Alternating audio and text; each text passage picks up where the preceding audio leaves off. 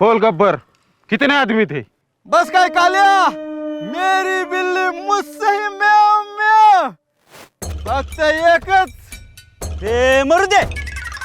सरकार ने कितना इनाम रखा है गब्बर सिंह पर? पूरे 50,000. काय? हा. फक्त 50,000? तू तुझ्या जिंदगानीवर. अरे एवढ्या महागाईच्या काळात फक्त 50,000 मिळून काय करायचंय? अरे येऊ सांबा, काय करायचंय 50,000 मिळून? अरे म्हणूनच बोलतोय, माझ्याशी गद्दारी करण्यापेक्षा मला साथ द्या. आज हजारोत खेळताय, उद्या लाखो सोडाल, करोडोत खेळाल. करोडो? हा करोडो. अरे काय बोलतोय गब्बर सिंग्या? करोडोत?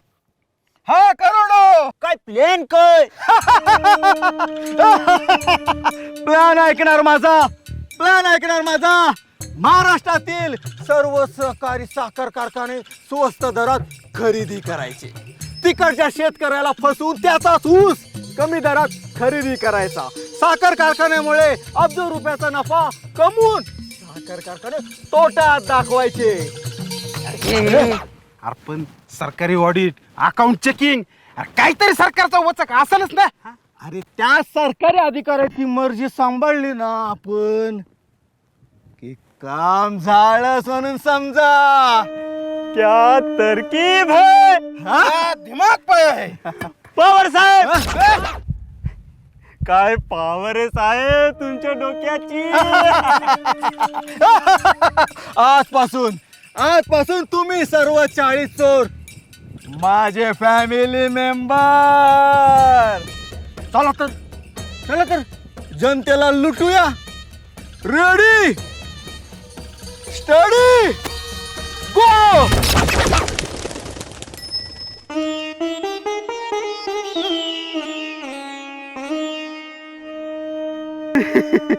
गब्बर साहेब, आपल्या कारखान्याचा धंदा एकदम तोट्यात चाललाय.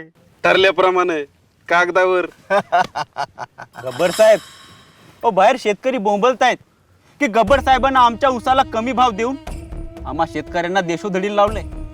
ओ उसाच्या रसाप्रमाणे रक्त आटवणाऱ्या आम्हा शेतकऱ्यांचं रक्त पिणारा पिपासू आहे तुम्ही, पिपासू. असं मी नाही ते म्हणतात.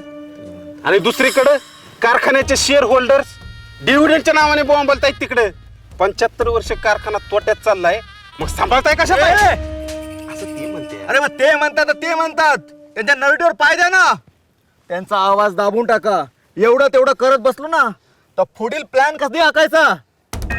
काय? सांगतो प्लॅन ऐकायचंय. कारखान्याच्या नावावर 300 ते 600 करोड कर्ज काढायचं. बापू, पण एवढं फेडायचं कवा? अरे फेडायचं कोण बोलतय? बुडवायचे आणि आपापल्यात वाटून घ्यायचे. मग गब्बर साहेब सांगा, कवा फोडायच्या बँकेच्या तिजोऱ्या? आपल्या 40 चोरांना सांगा मंत्र बोलायला.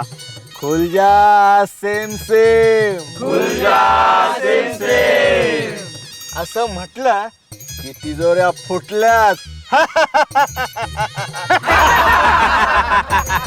40 चोरांचा गब्बरशी मेळ आहे. गब्बरच्या मर्जीचा सर्व खेळ आहे. खुलजा सिमसिमचा मंत्र बदलून नवा 40 चोरांना धडा शिकवण्याची हीच योग्य वेळ आहे.